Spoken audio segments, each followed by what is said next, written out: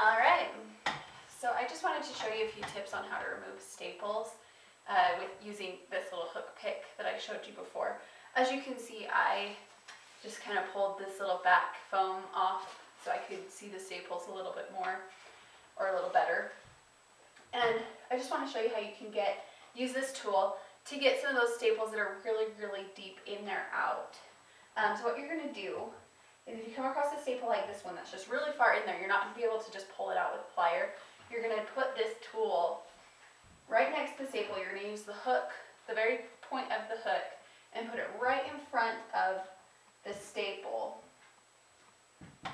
And you're not really pushing it in, it's just going right in front, and it's angled so that it will go down in behind the staple. And you're going to use pliers or whatever you want to use to just tap that down underneath the staple. Then once you get a good leverage on it, you're going to just bend it back, and that pops the staple out enough that you can take your pliers and just kind of work out the rest. And this works really good on when you're reupholstering the seat cushion.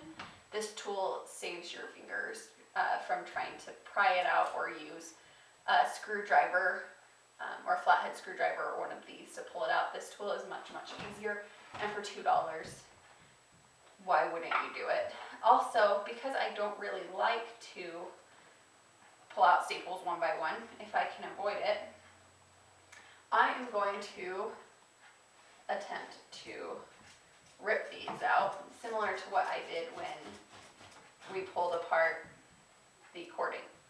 So I'm just cutting it in half so I can get a little bit better grip on it. And then I'm going to move a little bit so that I can get a little bit better pull. I'm going to grab my pliers just like we did before, and I'm going to pull .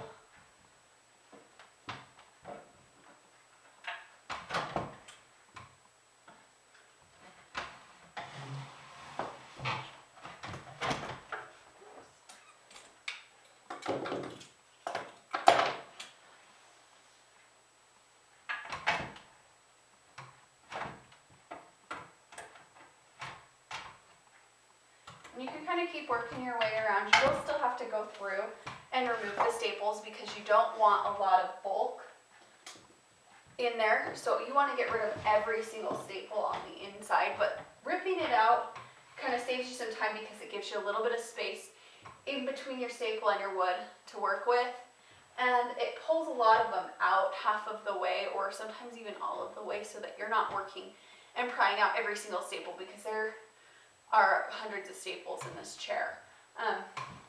So those are just some tips on how to go a little bit faster when you're taking apart your chair. I'm going to take this all the way apart, take the seat off. As you can see, I've ripped off the rest of this fabric, but I wanted to give you some just helpful tips that kind of help me keep things going right. These pieces that you've taken apart, they are really good it's a really good idea to keep them together. So you're going to end up, I have 6 of these chairs, and if you're doing the same thing I am, you're going to end up with 6 of all 3 of these pieces.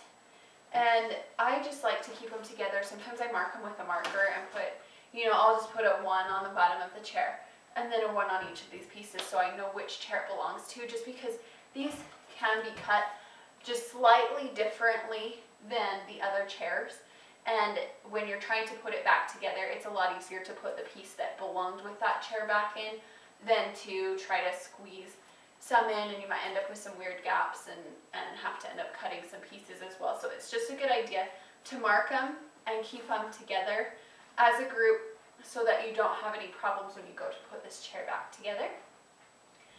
Same with the seat pads. Seat pads can be shaped a little bit differently from chair to chair, so it's a good idea to mark those when you take them apart so that when you're putting it back together you don't have any issues. But yeah, so we're pretty much done with this chair. I just have a few more staples I need to remove in the inside, so we do need to make sure we get every single staple out, and then I'll clean it really good and paint it, and then we'll be back to work on putting it back together.